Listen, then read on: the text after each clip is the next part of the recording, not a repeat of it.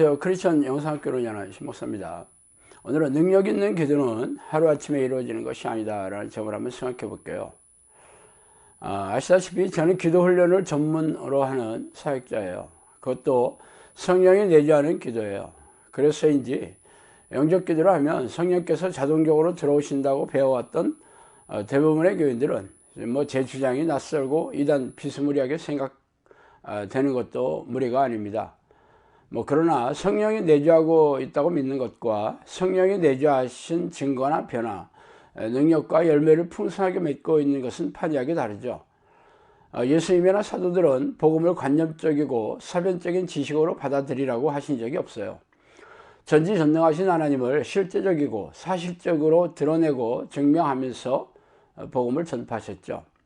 그러나 우리네 교회는 기적과 이적으로 증명하는 하나님의 존재에 대해서는 입을 다물고 있으면서 이런저런 성경 구절을 짜기 위해서 믿으라고 소리를 질러대고 있으니 기가 막힌 일입니다. 예수님은 겨자씨만한 작은 믿음이라도 기적이 일어나며 믿는 자들은 귀신을 쫓아내고 질병을 고치는 능력이 나타날 것이라고 선포하셨어요. 그러나 우리네 교회에서는 이런 말씀이 아예 성경에 없는 것처럼 뭉개고 있죠. 그도 그럴 것이 이런 말씀을 실제적으로 증명하는 이들을 눈 씻고 찾아볼 수가 없기 때문입니다. 그래서 기도의 응답이 내려오는 능력 있는 기도에 대해 한번 살펴볼게요. 그동안 우리네 교회에서 세운 기도는 특정한 장소에서 희생적인 기도 방식으로 자신이 소원하는 바를 구하는 것이었어요.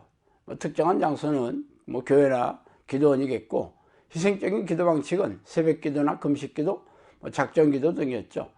그게 아니더라도 방언기도, 관상기도, 선포기도, 성막기도 등의 특정한 방식의 기도를 희생적으로 하는 것이었습니다.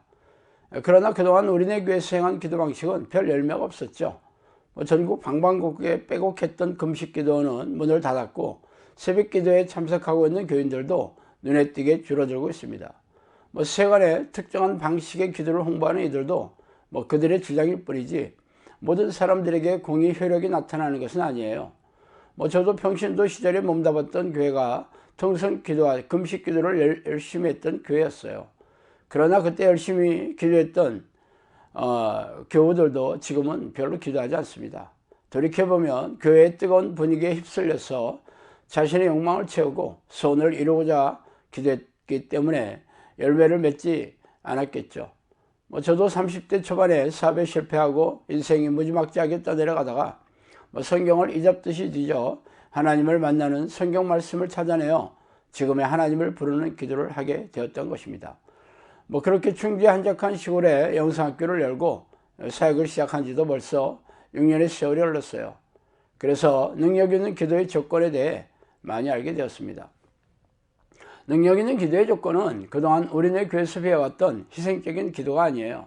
그냥 기도하는 것보다 새벽에 교회에 가서 기도하며 새벽 기도를 하는 것보다 기도원에 가서 금식하며 기도하는 것이 더욱 효과적이라고 생각하는 것은 우리네 조상 때부터 내려왔던 기복신앙에 근거한 것이지 성경적인 기도 방식은 아닙니다.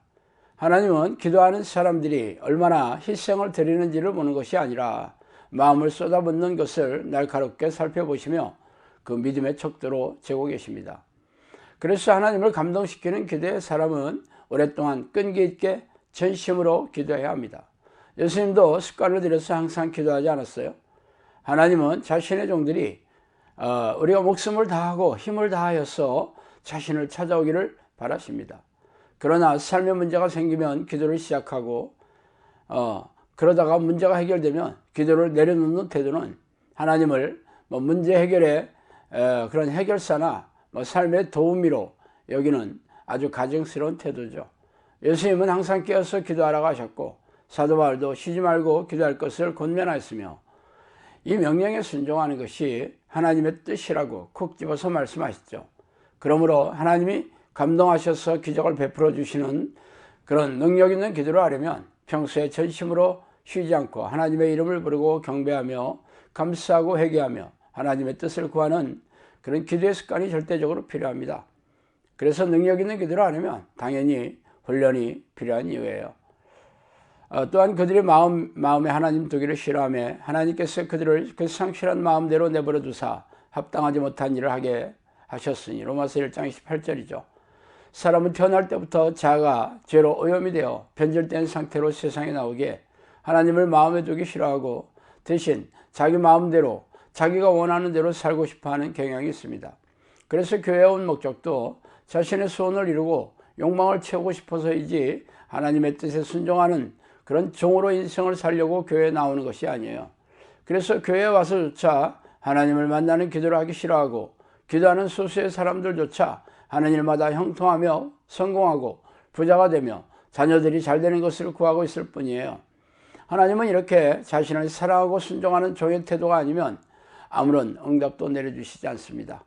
그래서 자기중심의 삶에서 하나님 중심의 삶으로 변화하려면 하루 종일 하나님의 이름을 부르고 교제하려고 애써야 하는 것입니다.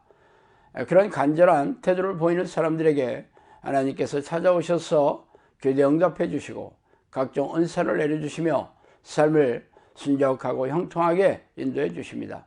그러므로 하루 종일 쉬지 않고 하나님과 사귀는 기도의 습관을 들일 때까지 기도 훈련의 시간이 필요합니다. 저도 오랫동안 기도한 끝에 성령께서 오셔서 그때부터 기도의 능력을 경험하기 시작했습니다. 그리고 지속적으로 기도의 시간이 늘어가고 기도가 깊어갈수록 더욱 능력 있는 기도를 하게 되었어요. 많은 양들이 찾아와서 그들의 문제를 해결해 주어야 하므로 앞으로는 더욱더 능력 있는 기도가 필요하게 되었습니다. 그러므로 지금까지 제가 기도해온 것보다 앞으로 더더욱 하나님과 깊고 친밀하게 교제하는 기도의 삶이 절실하게 필요하게 된 셈이에요.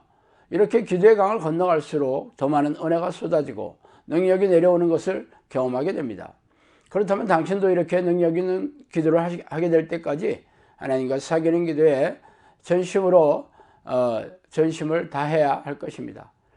많은 물고기를 잡으려면 크고 넓은 그물을 준비해야 하는 것처럼 능력 있는 기도를 하려면 늘 기도와 말씀으로 하나님과 깊고 친밀하게 교제하는 그런 삶에 목숨을 다 바쳐야 하는 이유입니다. 성경의 위인들은 죄다 이렇게 하나님과 교제하는 일에 삶의 최우선 순위를 두고 살았어요. 그러므로 당신도 성경의 위인들처럼 능력 있는 하나님의 도구로 사용되려면 평생 하나님과 교제하는 일에 삶의 최우선을 두고 살기시길 바랍니다. 자, 오늘은 여기까지 하겠습니다. 감사합니다.